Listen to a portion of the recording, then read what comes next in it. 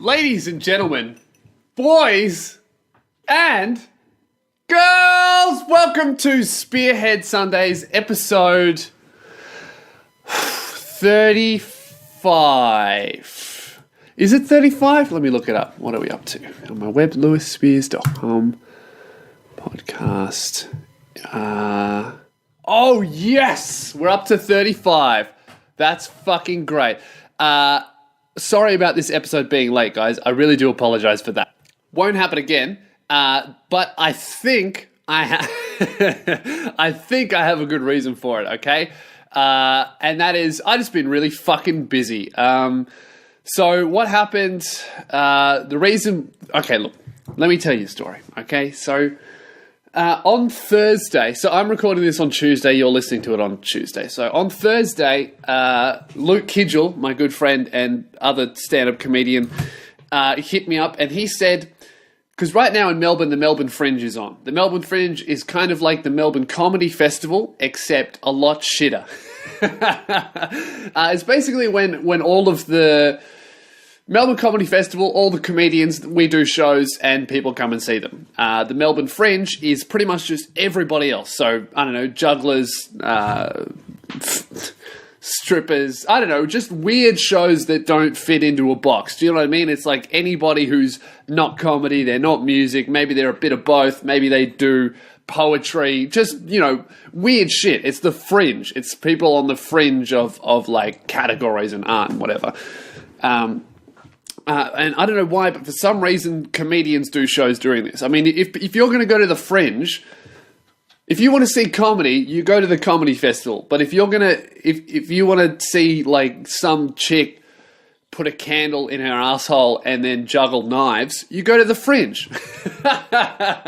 That's what I'm saying. That's the main difference. So I don't know why comedians do it because, to be honest, even myself, if I had the choice between a guy who's going to tell me a bunch of dick jokes and a guy who's going to put hooks in his dick, hang himself from the ceiling and do like backflips all the while some other girl, you know, with pierced nipples spits fire, I'm definitely going to see the hanging from the dick guy, not the comedian, okay? I can see comedy anytime. I'm not going to see some dude suspended by his cock from the roof.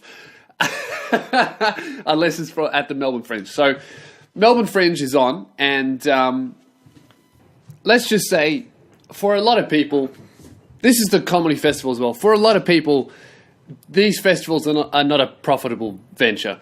Trying to get somebody to come, not only come and see you, but to pay for it is the hardest fucking thing in the world.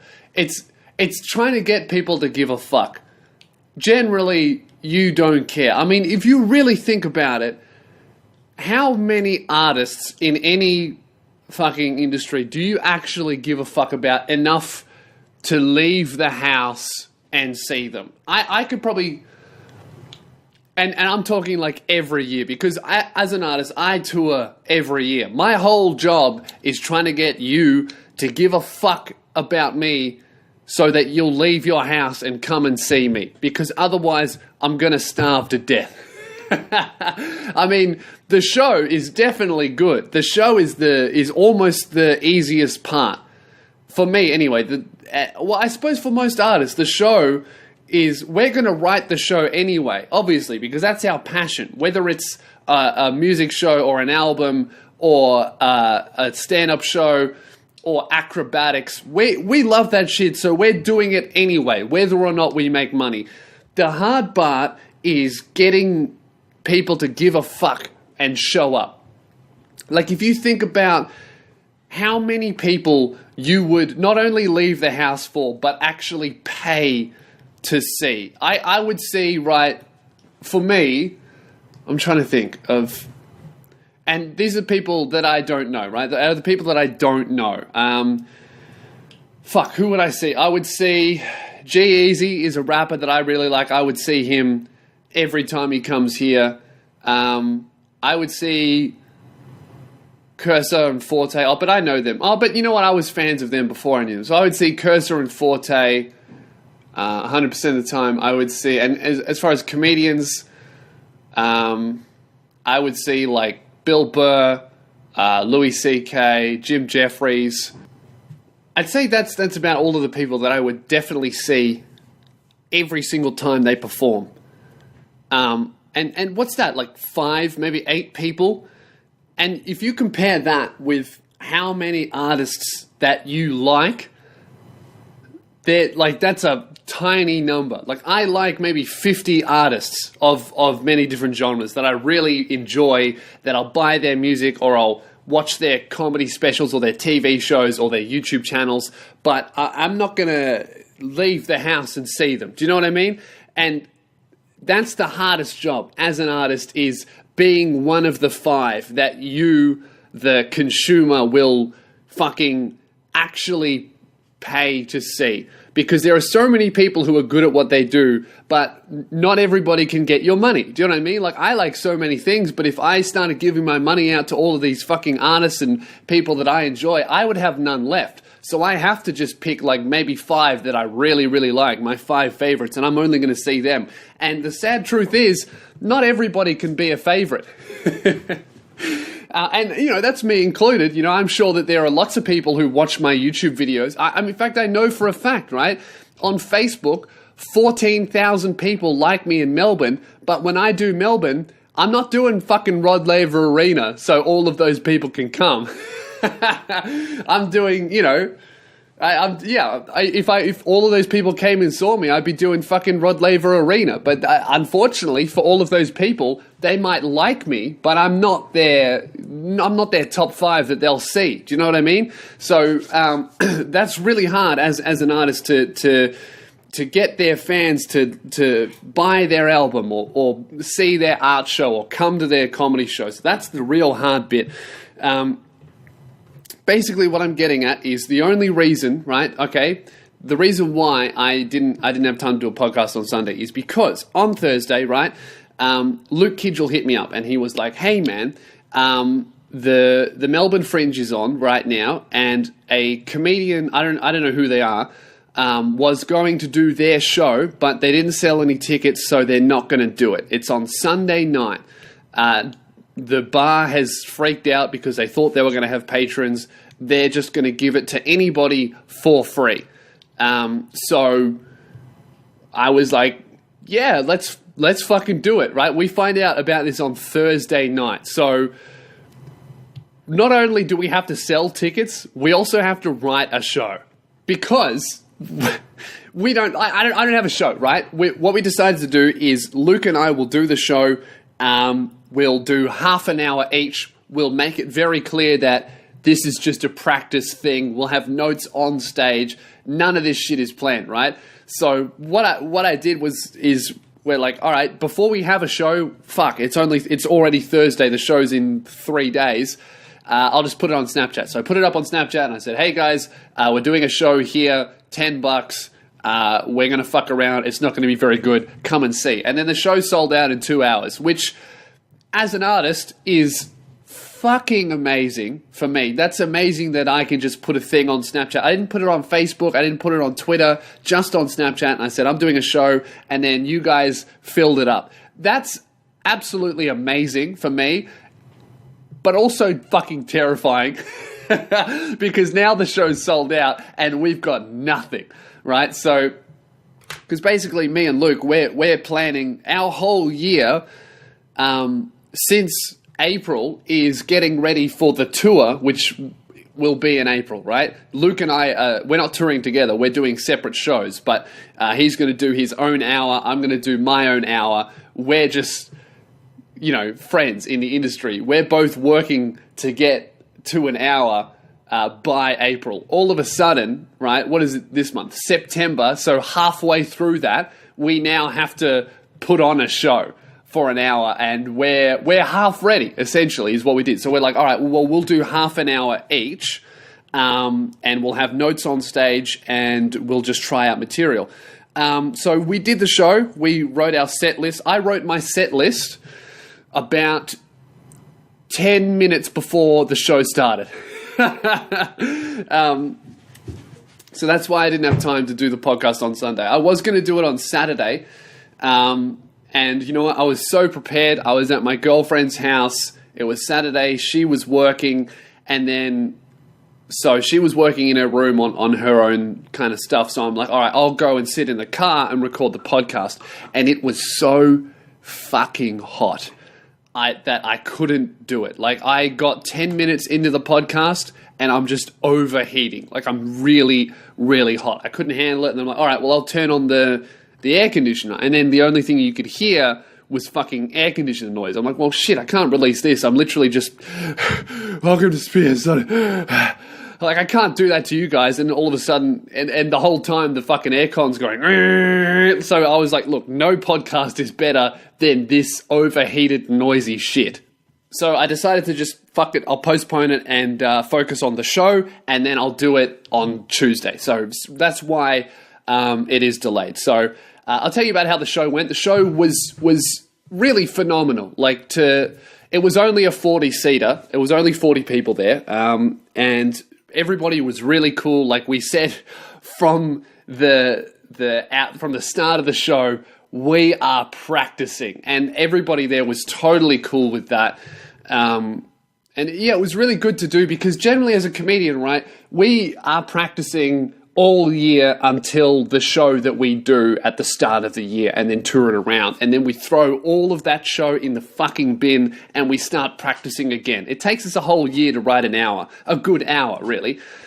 So basically how we normally practice is we go to like open mic nights, and we can perform for 5 minutes in front of a crowd who would rather drink and fight each other than listen to me tell some stupid story that's not even that funny yet, because it's the first time that I'm doing it, you know what I mean? So to have a crowd that was there for us, and to have half an hour each on stage, you very rarely get that. I mean, obviously the guys who are big fucking get that, but for us who are kind of, you know, I'm not Dave Hughes yet. You know, I can't just walk into any room and get 10 minutes at the end of the show. Like, he could do that because he's fucking Dave Hughes. Obviously, I want to try and get to that, but right now, I'm stuck with the 5 minutes at an open mic night. So it was really, really valuable. I'm going to edit in a couple of excerpts from the show. This is us introducing the show, so you get an idea of how fucking relaxed it was. And then I got a little bit of banter between me and Luke. Ladies and gentlemen, please welcome, imagine a lamppost. Now imagine that lamppost dressed like a gay bikie who I just referenced in that last joke. Please welcome to the stage, a lamppost gay bikie, Lewis Spears.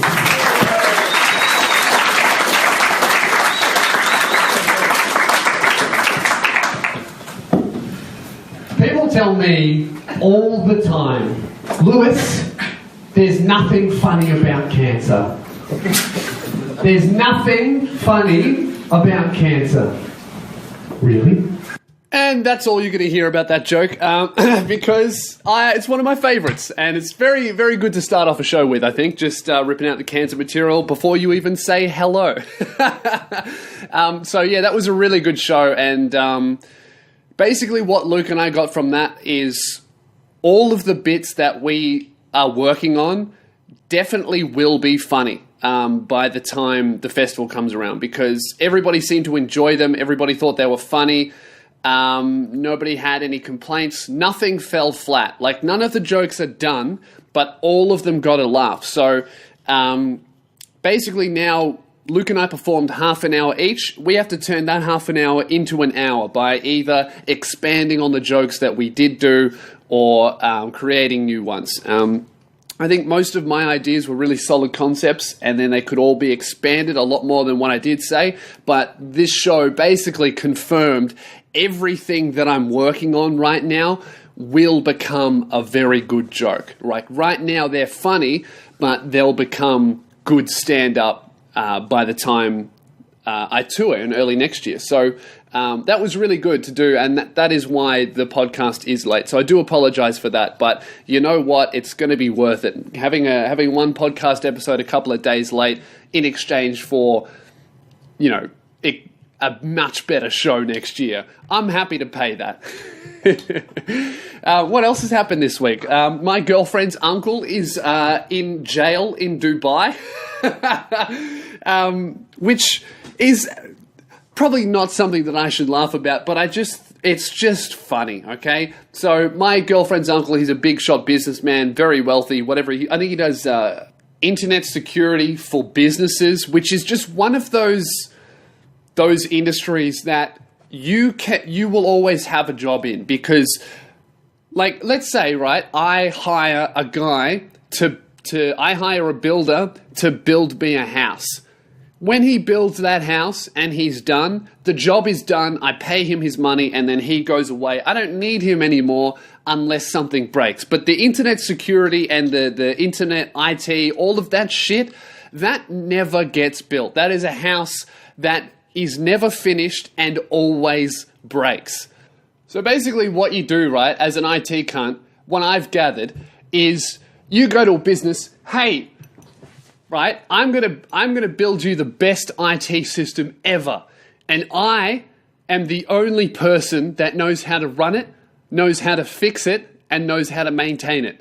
So as long as you want this system, if you want your business to continue working, you must give me money forever. And every single year when your business starts to make more money, I'm gonna charge you more. And if you go, you know what?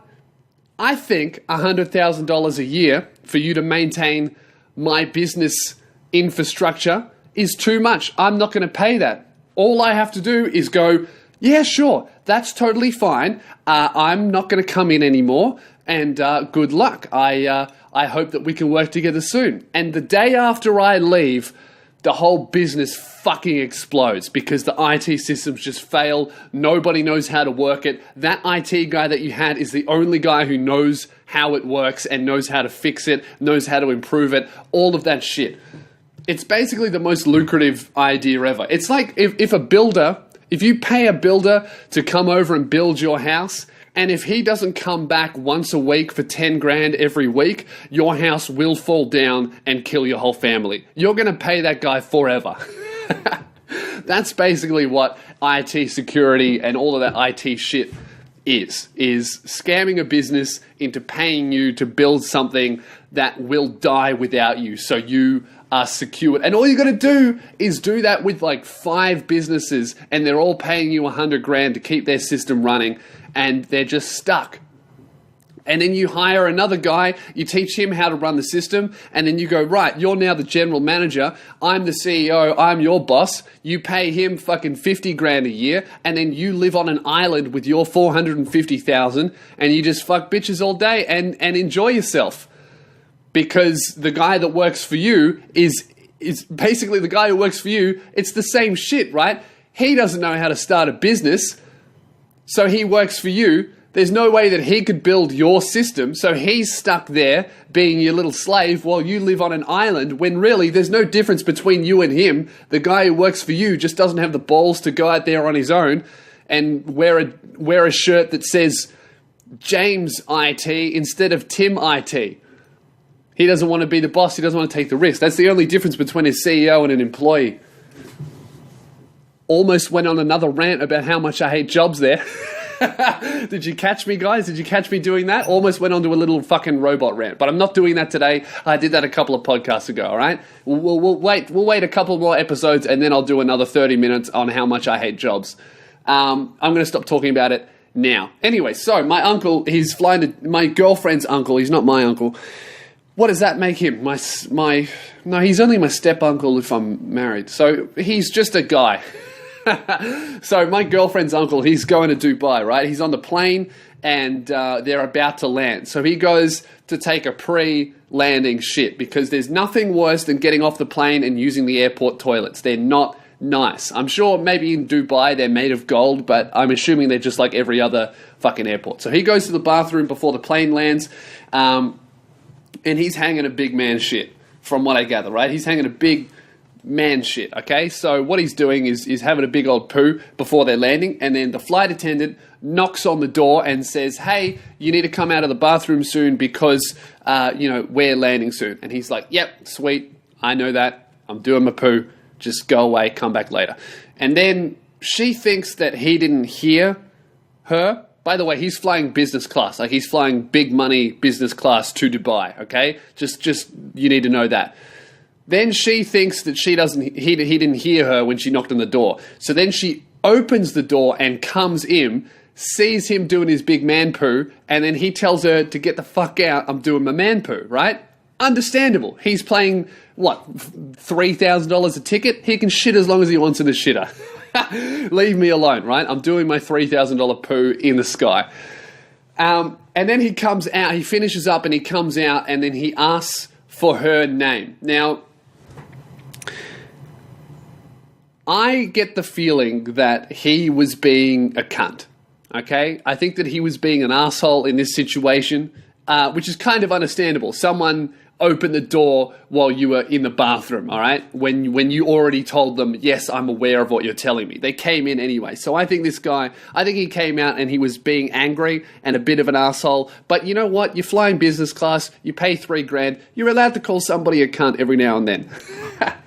So basically, he asked the woman who opened the toilet door for her name so he could complain about her, which I think is fair enough, right? If he was doing it politely. If he's being an arsehole, then he's being an arsehole. But if he's doing it politely, good on him, right?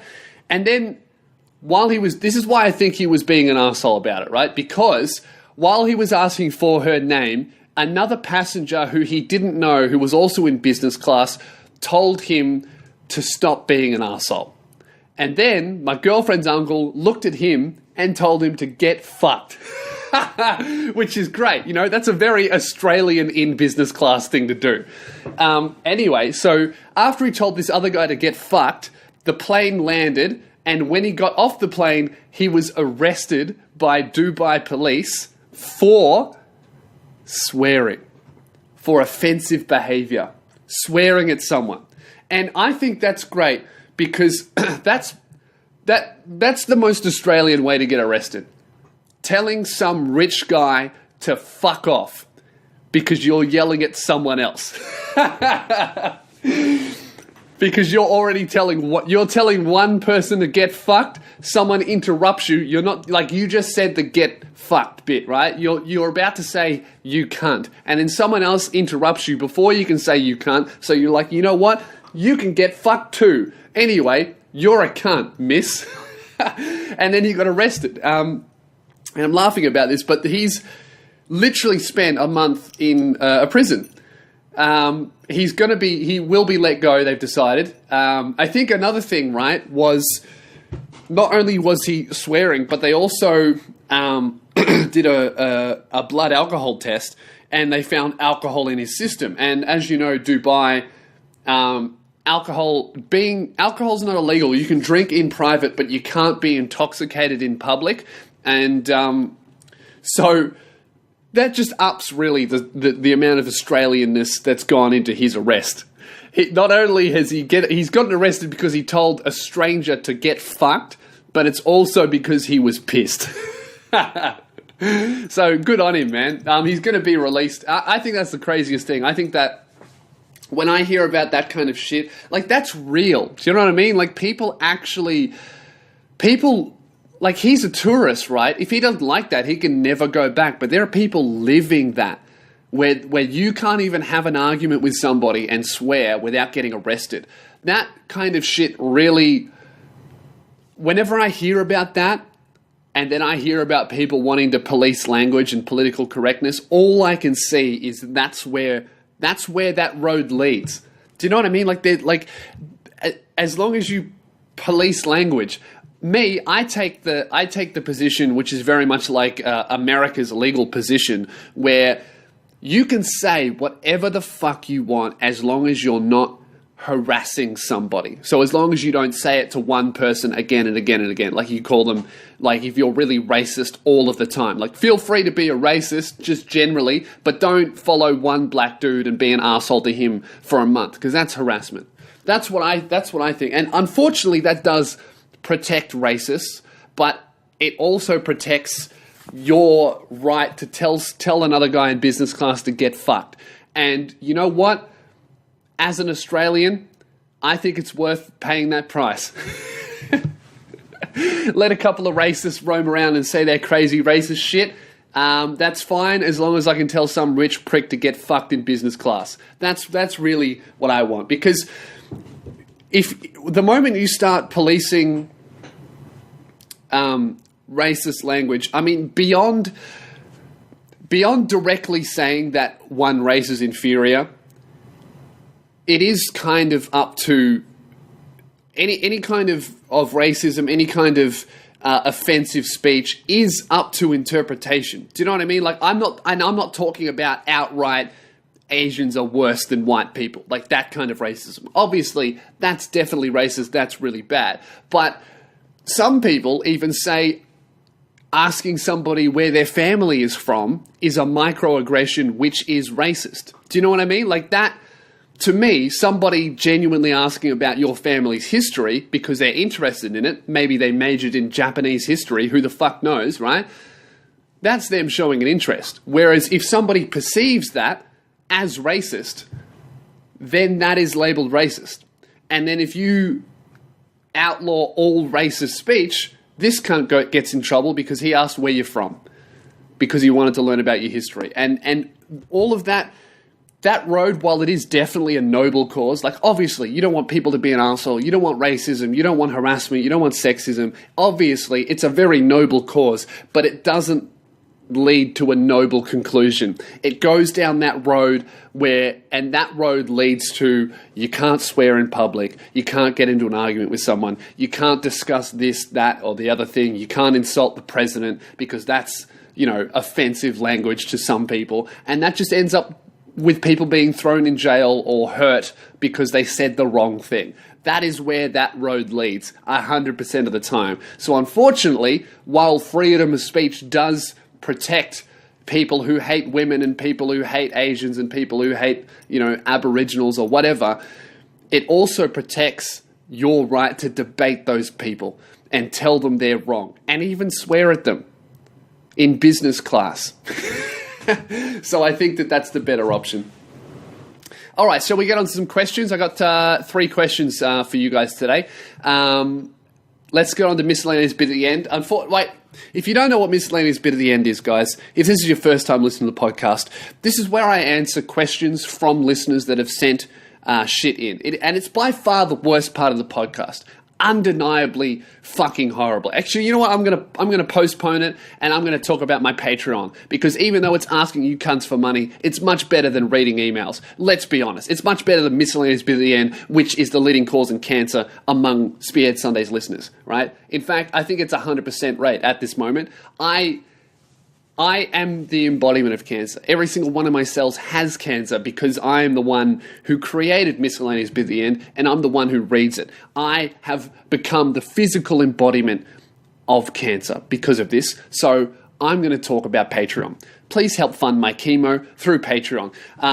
Basically, Patreon is how I can release all of my online shit for free. And it's also how I can live not on the street, begging for cash, sucking dick so I can buy food and release a YouTube video. Oi, bro, can I suck your dick for $2? I need to put a Lou review out. That's basically the only thing between me and sucking cock for Lou review is Patreon. It's the only thing that stands between it. So Patreon is basically, it's like Kickstarter, but it's for much smaller amounts, however much you want, and it's monthly. So if you check out patreon.com/Lou Spears, patreon.com/Lou Spears, you can check it out. It's got my mission statement. It's got rewards for you guys depending on how much you give. So for $3 a month, you get early access to all of my content. I'm going to figure out how to get early access to podcasts as well. That's the thing that I want to do, because normally I record these podcasts on Fridays and Saturdays. So if I could get these up to Patreon people on Fridays and Saturdays, that'd be great, so you can listen to it early before anybody else. It also gets you early access to ticket sales to all of my live events. So right at the moment, I have less Patreons than I do seats. So if you give any amount of money and you get access to early access to tickets, you are guaranteed a seat to any one of my shows, as long as I can help it. Because yeah, at the moment, there's definitely not more Patreons than I have seats. So if you're a patron, you get early access to shows and buying tickets, and it's, because a lot of my shit is selling out at the moment. Anyway, if you give $6 a month, we have a group chat and a Facebook page that I'm in with like 50 other awesome people, and we always talk and chat and all that shit. And there's a whole bunch of other rewards. There's posters and t-shirts and all that crap. Just check it out, patreon.com/loosespears. If you like the podcast, if you listen every week, fucking it's $3 a month, That's less than that's a 7-Eleven coffee right there a month. And it really does help. So thank you very much to everybody supporting me. Let's get on to miscellaneous bit at the end. Right, so if you would like to send in a question to the podcast, send it to contact@loosespears.com. Sorry, no, mate, you need to fucking listen when I said, write it down. Write it down. Don't just, I do this every week and you always ask me to repeat myself. Just fucking get a pen. Yeah, good. You got a pen? Okay, write this down and get it tattooed on your fucking arm because I'm sick of telling you. I am sick of this, mate. It is contact@loosespears.com. Fucking idiot. Well, it's not my fault that you can't remember the email. You're the guy. You're the one who always asks me to repeat myself. Of course I'm going to get angry. We do it every single week. Fuck, man. No, fuck you. All right? Don't... Whatever. Look, all right. Okay, look, I'm sorry. Look, I'm sorry, mate. Okay, yeah, I know I have an anger, I have an anger issue, but I need you to understand how much this affects me. I always have to repeat myself, and it's really annoying. Can you at least see that would be annoying? You can? Okay, thank you. All right? Did you write it down? Oh, you didn't fucking write it down. Sorry, guys. Look, I'll tell you again next week. Sorry, guys. Just that imaginary guy just can't fucking remember the email. Anyway, all right. So if you want to send an email, contact@loosespears.com. Let's get into it. This one is from a lovely lady called April, who is one of the girls who listens to the podcast. Oh, I wanted to say quickly I'm proud of myself, man. How many fucking girls came to that trial show? Generally, right? My shows are about, if there's 100 people there, 2 girls, maybe 5, right? But I've been working on attracting more girls because I think it's very important to have a room that at least has, some semblance of women's rights in the room. It's not just, I think it's important. Anyway.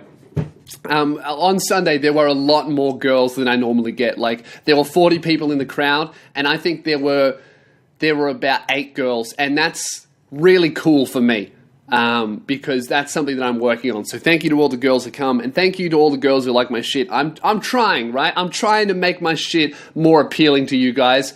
Right? For some reason, not a lot of women like an Australian guy who opens every single video with "G'day, cunts." I don't know why they wouldn't like that. I don't know why they wouldn't enjoy it, but for some reason, they're just not into it. So I am trying a lot harder, and it seems to be paying off, and I'm a little bit proud of myself. Let's get on to April. Oh, I think April was at the show. No, I do remember. She told me about this email. Okay, yeah, she reminded me about this email. So April was at the show. Thank you, April. All right.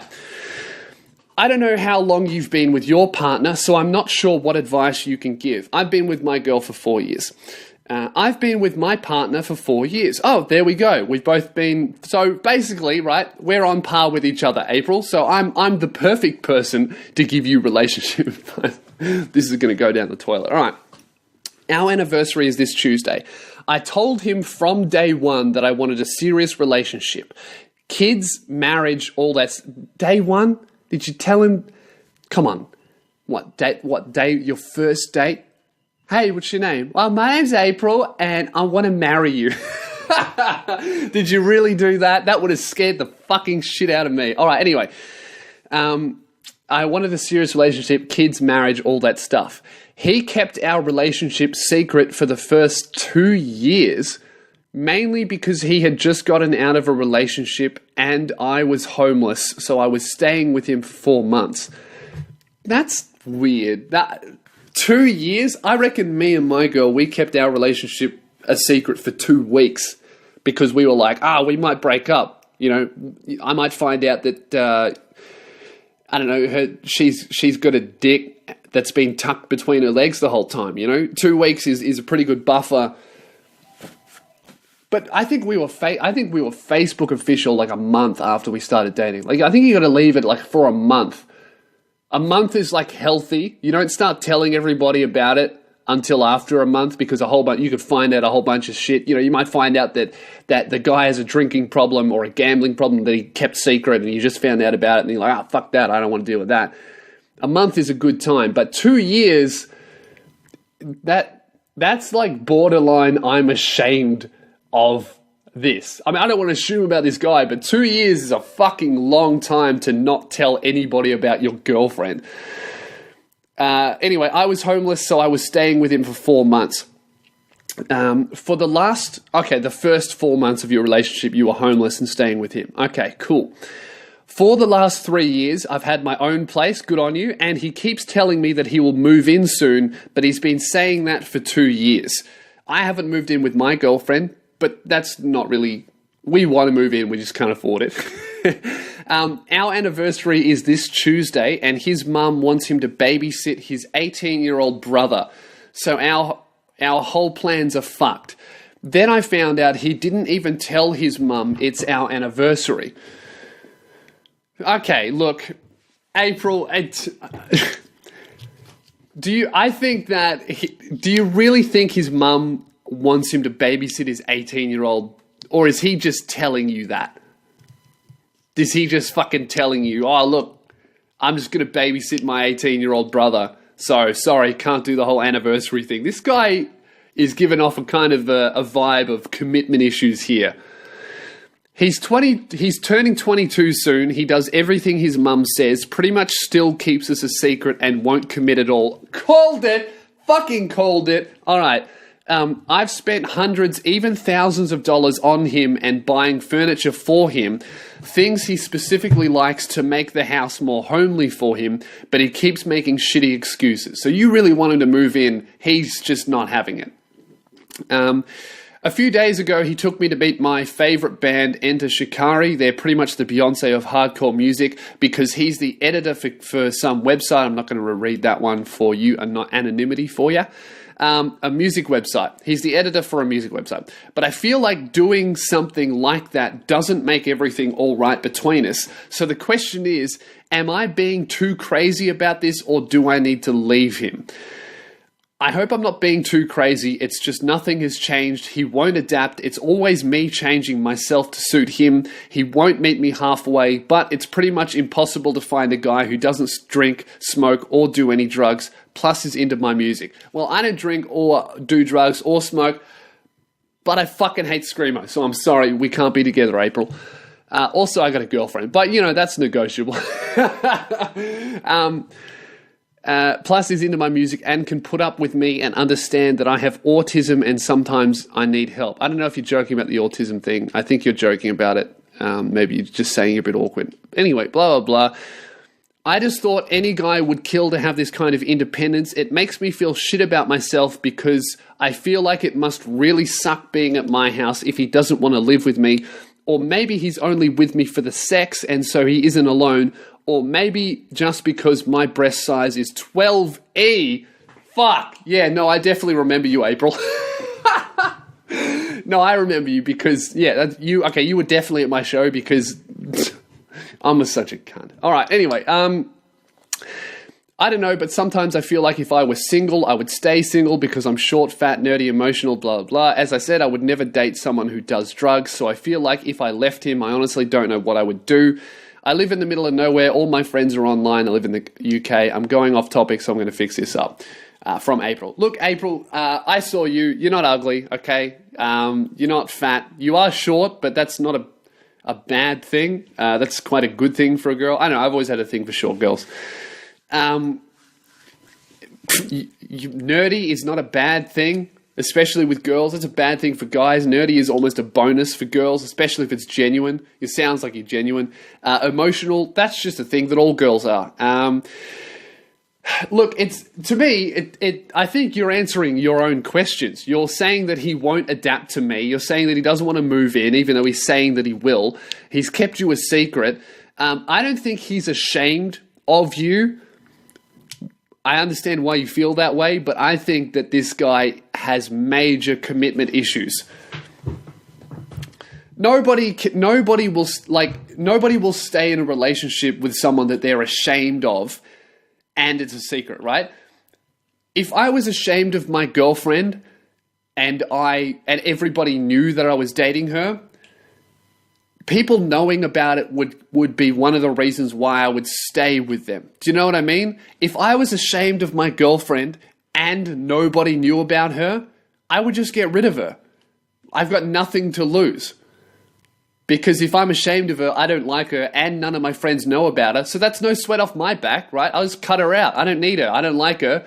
I'm ashamed of her, and I'm not going to cop any flack from my friends because they don't know about her. So I don't think he's ashamed of you, but I definitely think that he has commitment issues. Because you've been dating together for 4 years. If my girlfriend lived by herself, or if I lived by myself, we would be living together fucking like that. That'd be a very easy decision for me. Because I like her, she likes me, and we want to do it. I think that he's got commitment issues. So, I don't know. Fucking leave him. It doesn't sound like he's making you happy. Sounds like you're doing all of the work. Cut that shit out. You're young, right? You're not ugly. If you think you're fat, hit the gym. Okay, it's not that hard to lose weight. Eat better, hit the gym, better yourself. Cut out all of the shit from your life, and that's shit food and shit people, which it sounds like your boyfriend is. Cut him out, hit the gym. You'll get hot, and you'll probably, keep the huge tits, and you won't have trouble meeting anybody. No, look, you're not ugly. I saw you. You came to the show. You seem nice. We spoke for a little bit. Yeah, it just sounds like you got a boyfriend who's a cunt. Who's not ashamed but has commitment issues, and you know what? You're too young to put up with that shit. What you want to put another 4 years into some cunt who doesn't even tell his mum when it's your anniversary? Fuck that. Or when it's your anniversary and his mum goes, "Hey, I would like you to babysit my 18-year-old brother," and he doesn't even go, "Oh no, sorry, he's 18, he can hang out by himself, I've got my anniversary, I gotta hang out with my girlfriend that I like." He basically went, "Oh, awesome, I have an excuse to not hang out with my girlfriend that I don't like." Do you know what I mean? I think that he's not ashamed, he's got commitment issues, that's why he's skipping the 4-year anniversary, that's why he doesn't want to... That's why he didn't tell anybody about his girlfriend for 2 years. That's why he doesn't want to move in with you. And that's why he's skipping all of the monumental 4-year anniversary shit. Because if he does participate in that stuff, it confirms his suspicions that he might be in a relationship. And he's scared of that. So I would cut that out, April. And just move on. Better yourself as a person. There are plenty of people out there who don't do drugs. There are plenty of guys. Go online. You'll be able to find them, like, I don't do it. We're not that rare. Well, I suppose we are very rare, actually, when you think about it. But, they're only rare because if you go to places where people do drugs, like if you're going to a nightclub, if you're going to a bar, obviously the only people there are going to be people who are drinking. Do you know what I mean? Or people... Like, I would never go to a bar by myself. I will only ever go to a bar if I'm going with friends or my girlfriend, because they both drink, and I'm totally cool with that. That's no issue with me. I don't hang out with alcoholics, but if people drink, I don't fucking care. It's their choice, So if you're going to bars, obviously, you're only going to meet people who drink, but there are, I don't know, you said you're nerdy, go to Comic-Con. Hit on some cunt who looks like doesn't have Asperger's. There's not that many of them there, but they do exist, right? Go online, go to a library, go to a fucking cafe. Go out there and meet people. You will find somebody who doesn't do drugs. And from what I understand, a lot of those heavy metal people, a lot of that straight edge shit comes from that subculture, right? As I understand it, a lot of guys who are into screamo are also straight edge for some reason. I don't know why that's a thing, but my brother's into all of that music and he runs into lots of people who don't touch it. So yeah, just keep going to your gigs. You might meet a nice dude who doesn't fucking do drugs. Or come to one of my gigs. You know, there are plenty of people who come to my shows that don't drink because we're kind of attracted to each other. Come to my shows, hit on a couple of the guys there. Now, look, if you're at a show, right, to all the guys listening to this, if you're at a show and you see a pretty girl with a huge rack, just start talking to her because it might be April. No, okay, look, April, I think that your boyfriend's got commitment issues, and I would raise that with him. I would just have a conversation. Look, are you ashamed of me? And then he'll go yes or no. And if it's yes, cut him out. If it's no, go, well, look, you're acting like it. If you're not ashamed of me, do you have commitment issues? Do you not want to be in a relationship, a serious one? Because look, he's still young. He might be thinking about, you know, all of the shit that he could be doing if he was single. I think about that, obviously. You know, I don't want that. But that thought comes into my head every now and then, going, fuck, I'm so young. What am I doing in a long-term relationship? But at the end of the day, my thinking always comes back to, yeah, I could go and I could fuck a whole bunch of people, but I'm not going to find another Jazz. So if he goes, yeah, I should be fucking a lot of people, and I don't want an April, then cut that cunt out. And there you go. So that's my advice, April. Let us know how it goes. Send me an email back when you decide what we do. And if it's interesting enough, I might read it out, give you guys an update. All right, next question. G'day, you shaved lanky Kong looking cunt. That's a good one. Anyway, so my story is super fucked up. My name is... he wants to be on it. I'm going to call you Sam. My name is Sam.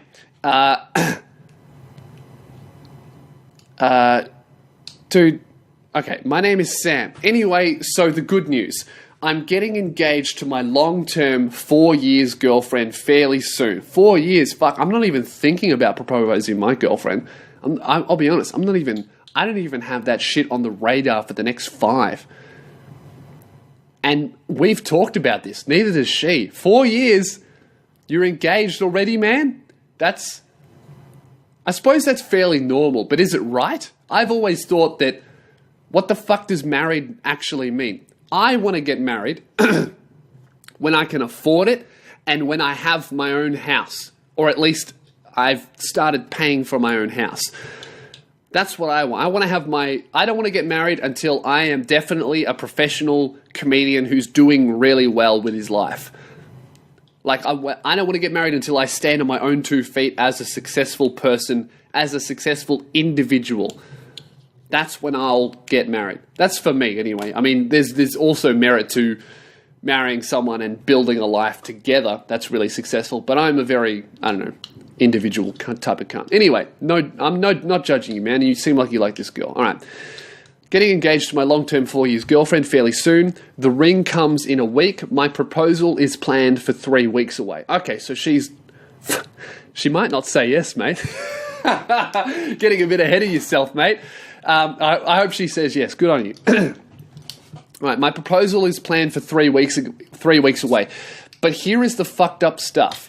I'm a fucking kinky freak, and I have been for the last month sending money to a girl over the internet who sends me photos of her feet and other shit. Yeah, I know, I'm fucked. Oof. Anyway, I need advice because I want to quit this online girl because I'm very happy with my girlfriend and I do really want to be with her. She knows about my foot fetish, but I cannot make her do the stuff I like because I know she isn't comfortable. What do you recommend? Sam, dude, what you're doing is you're cheating on your girlfriend.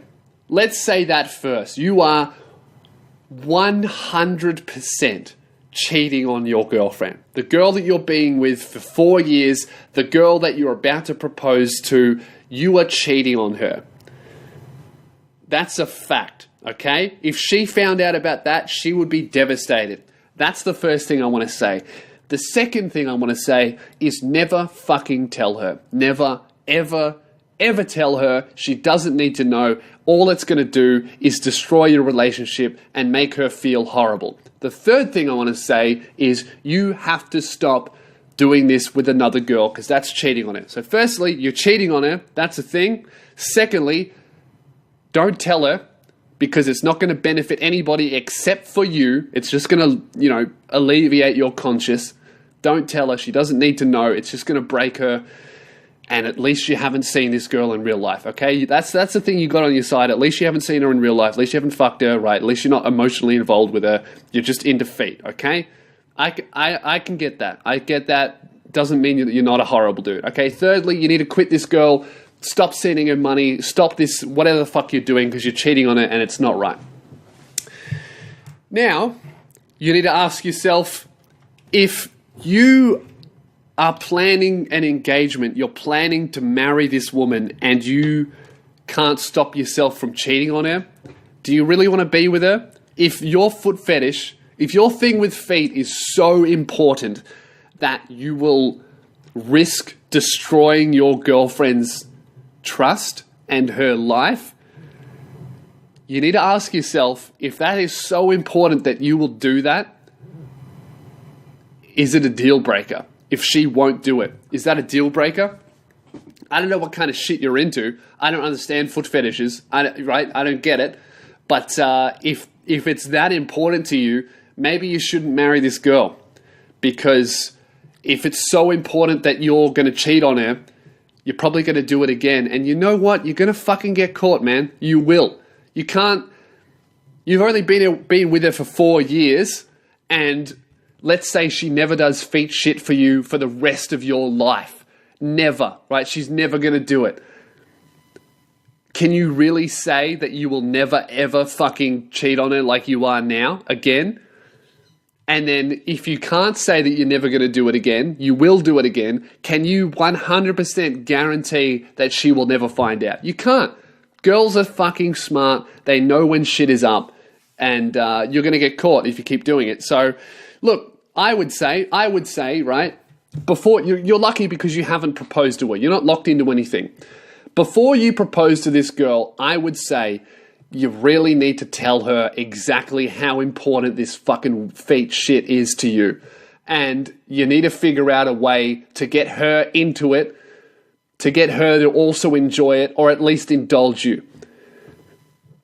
Because that's really important. Sex shit is so fucking important. Even if it's weird shit, no matter what you're into it, you can't control that. That's why I never judge people if they're into fuck stuff, unless they're into, hurting people against their will. I'm never going to judge a girl who, likes it when you put a collar on her and and slap her in the face. I don't know. I've never had that shit, but I'm never going to judge a girl who's into that shit. So you need to ask yourself, is this girl important enough to me to drop the foot fetish stuff? And you need to tell her exactly how important it is to you, because hey, you might find something that you can both enjoy. Go on the internet. I'm sure there's a whole bunch of stuff by those foot fetish communities that talk about their girlfriends, because from what I understand, lots of guys are into it, but hardly any girls are into it. So there would be so much advice online about how to get your girlfriend involved in your fucking weird foot fetish. So just look that shit up online, try it out, talk to her about it, make it very clear how important it is to you, because if it's so important that you'll cheat on her, it's obviously, I don't think she understands how important it is to you. So you need to have that conversation, tell her exactly how important it is to you, and then if she just goes, look, I understand that it's really important to you and you need that shit, but I don't care, I hate it that much, or I don't want to do it and I will never do it. If you can get a definite, I will never do it, then maybe this girl isn't right for you, because you're going to cheat on her and you don't want to do that to her. Because that's really fucking mean. You're cheating on her, it's not good. I would stop that. Or the positive side of the conversation will come out as, oh, I didn't know how important it was to you. Let's give it a go. And then you could discover something new together. So, look, mate, good on you. I hope you fucked the shit out of her feet. So, yeah, that's... we're almost up to an hour. I've got one more question. I'll read it next week because otherwise we'll go for an hour 20 like I did last time. Well, the time before that. So, thank you very much for listening, guys. It was the Spearhead Sundays podcast. If you'd like to send an email, contact@losespears.com. If you would like to support me on Patreon to continue the podcast to be free, if you want to get early access to all my videos and rewards and tickets and all that kind of shit, jump on patreon.com/losespears. Chuck me a couple of dollars a month, and I can continue to move forward, make the podcast better, and make everything else I do better. So thank you very much for listening.